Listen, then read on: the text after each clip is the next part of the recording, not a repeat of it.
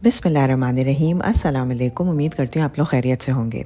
क्या कभी आपने अपने दोस्तों के साथ यूनिवर्सिटी या ऑफिस से वापस आते हुए किसी अच्छे से कैफ़े में क्लब सैंडविचेस और चाय के साथ गपशप एंजॉय की है?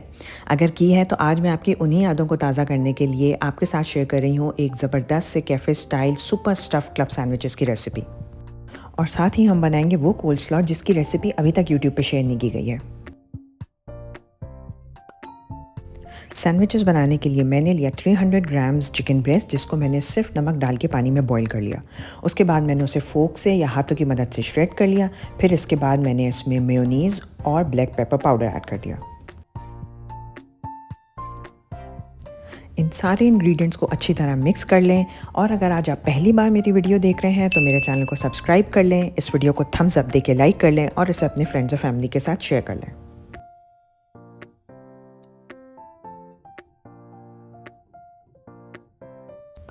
चिकन की फिलिंग प्रिपेयर करने के बाद हम ऑमलेट प्रिपेयर करेंगे, जिसके लिए सिंपली मैंने एक बोल में 2 अंडे क्रैक किए। उसके बाद मैंने उसे अच्छी तरह बीट किया और उसके बाद फ्राइंग पैन में हल्का सा ऑयल का स्प्रे लगा के उसे फ्राई कर लिया।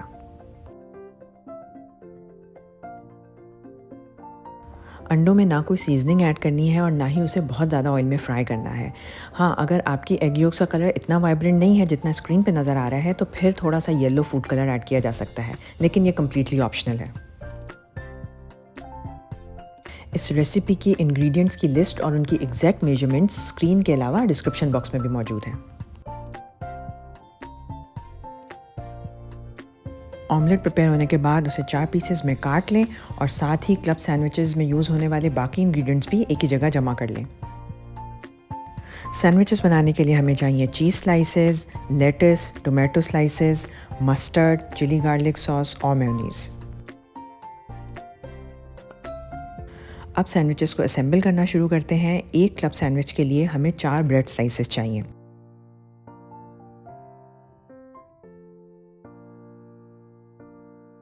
ब्रेड की चारों साइड्स को किसी अच्छी सेरेटेड नाइफ से कट कर लें ताकि सैंडविचेस बिल्कुल सॉफ्ट बने। ब्रेड साइड्स को ज़ाया ना करें, बल्कि इन्हें चॉपर में डाल के इनके ब्रेड क्रम्स बना लें, जिन्हें आप कटलेट्स या फ्राइड चिकन में इस्तेमाल कर सकते हैं।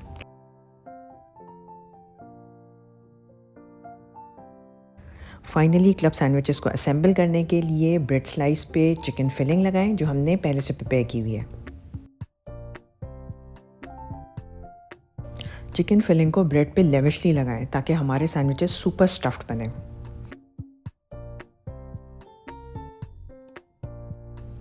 फिर दूसरा स्लाइस लें और उस पर मेयोनीज़ स्प्रेड कर दें।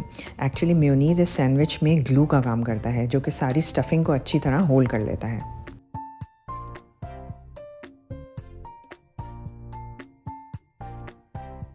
फिर सेकंड स्लाइस पे ऑमलेट रख दें और उसके ऊपर ही सैलेड लीव्स भी रख दें।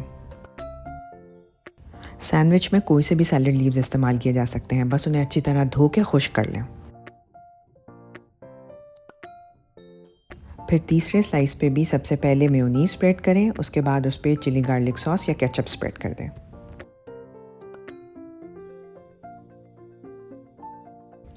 इसके बाद ब्रेड पे टोमेटो स्लाइसेस भी प्लेस कर दें।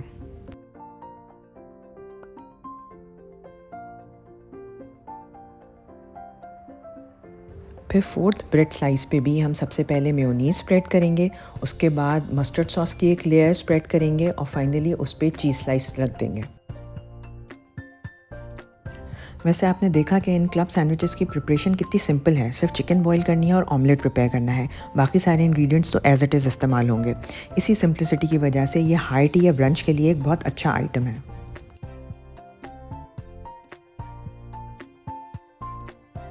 क्लब सैंडविच को असेंबल करना उससे भी सिंपल है। सारे ब्रेड स्लाइसेस को एक एक करके स्टैक कर दें और चीज़ वाले स्लाइस को फेस डाउन करके सैंडविचेस को कवर कर दें। फिर फ्राइंग पैन में ऑयल का स्प्रे करें और सैंडविचेस को दोनों तरफ से हल्का सा टोस्ट कर लें। फिर सैंडविचेस को चाहे हाफ्स में काटें या क्वार्टर्स में। उसके बाद फ्रेंच फ्राइज़ और कोल्ड स्लॉ के साथ सर्व कर दें।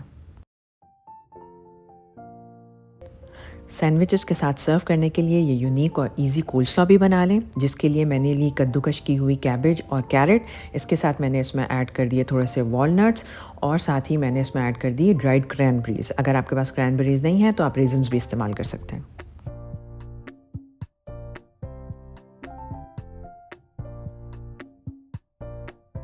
सैलड की ड्रेसिंग के लिए मैंने इसमें ऐड किया मेयोनीज़ और ग्रीक योगर्ट। अगर ग्रीक योगर्ट नहीं है तो नॉर्मल योगर्ट भी इस्तेमाल की जा सकती है, बस इसे इस्तेमाल करने से पहले अच्छी तरह फेंट लें। साथ ही इसमें ऐड कर दें थोड़ा सा milk, coconut milk powder, sugar और ब्लैक पेपर पाउडर।